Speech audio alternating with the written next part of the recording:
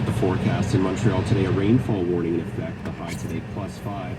Tonight, rain mixed with snow and a low of 0. The temperature holding steady tomorrow around that 0 mark. Also a chance of flurries.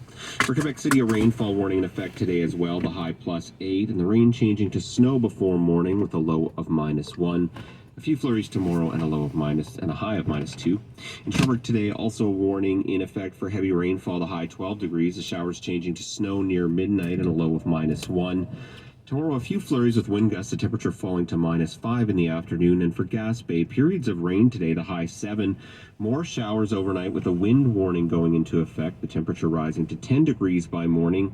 The rain ending early tomorrow afternoon, though, and a mix of sun and cloud. Temperature falling to -1 in the afternoon. At Radio Noon with Sean Appel. Thanks very much, Simon Akinashni. Welcome to the program.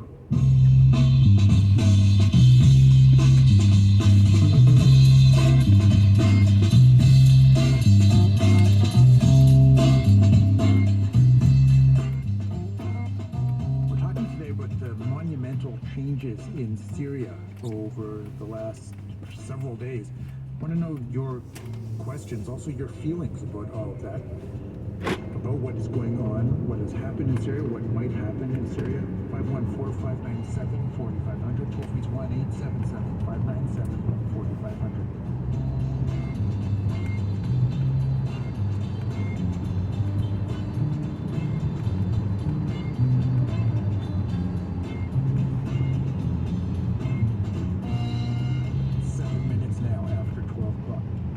Even if you don't pay close attention to the news from Syria, and that's okay, lots of us don't, you might still remember the civil war that started there in 2011.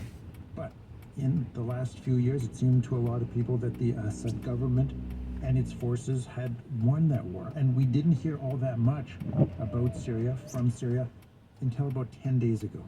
Rebel forces have taken control of a large area of the country's second biggest city as a smoldering civil war reignites after several years. A new video shows Islamist forces opposed to the government toppling statues in Aleppo and storming the city's airport. Russia has sent in warplanes to try and repel them. A few days later, those rebels had taken the city of Hama and were on the move again.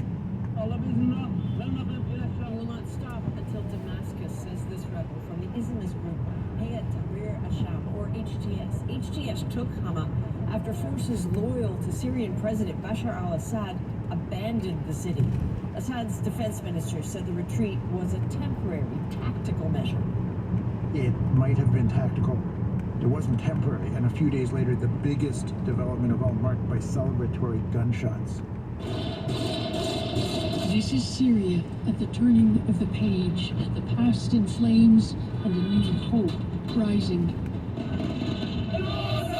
As news spread that Bashar al-Assad had fled the country, people took to the streets in jubilation. After all the years of dictatorship we've lived through, we were in prison, says this man, and now we're out and at the moment where we're going to build the greatest Syria. Today on our program, we're going to talk about all of those developments of the last few weeks and, of course, what led to them. Also about what could happen now to Syria, to its neighbors, to the people who have fled Syria over the years. More than 14 million, according to the United Nations. We're going to speak with a professor about the situation there. We hope to hear from you. Want to know your questions. Want to know your feelings about what has been happening in Syria. Phone number 514-597-4500. Toll free 1-877-597-4500. The text line 514-566-9066. Our guest for the hour is Adrian Zakar, who is an assistant professor of Near and Middle East civilizations at the University of Toronto. Thanks so much for being here. Welcome to the program. Thank you for having me in. So, I think a lot of people were sort of stunned by the speed of this. What do you make of how fast the Assad regime fell in the last couple of weeks?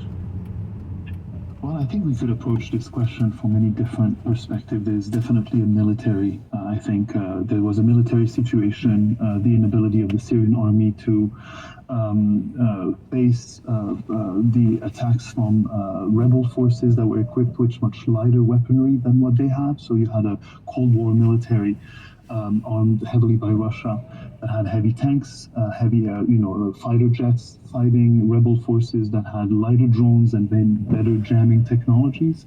And so from a military perspective, as soon as the rebel forces reached central Syria and the city of Homs, that cut off any supply of fuel that would come from the coast to